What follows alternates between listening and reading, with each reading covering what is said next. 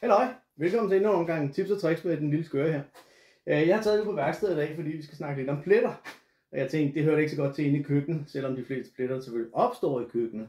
Dem, der kender mig, ved, at min standardudstyr, når jeg laver bolognese for eksempel, det er en hvid t-shirt. I hvert fald i starten. Men grunden til, at vi kommer herud og taler lidt om pletter, det er, fordi jeg har fået et brev fra Dorte. Dorte, hun har nogle problemer med nogle pletter, og dem vil hun gerne have noget hjælp med. Og der har hun selvfølgelig kommet til den rette. Det er Dorte, hun skriver...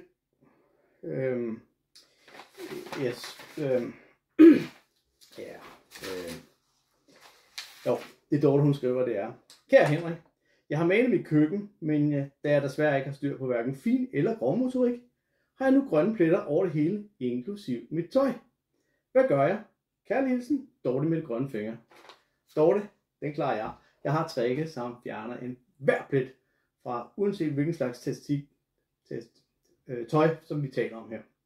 Jeg har så gjort ligesom i tv-køkkenet. Jeg har også forberedt her min nye kort, kan man sige, af pletter. Der er lidt olie hernede, og lidt malinger.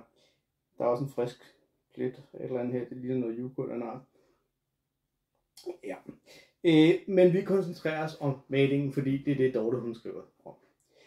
Det, der er det vigtige i den her, det er, at vi kun lige koncentrerer os om selve pletten. Det vil sige, at i stedet for at behandle et stort område, så behandler man kun selve pletten. Og det er det, der er så genialt med den her metode.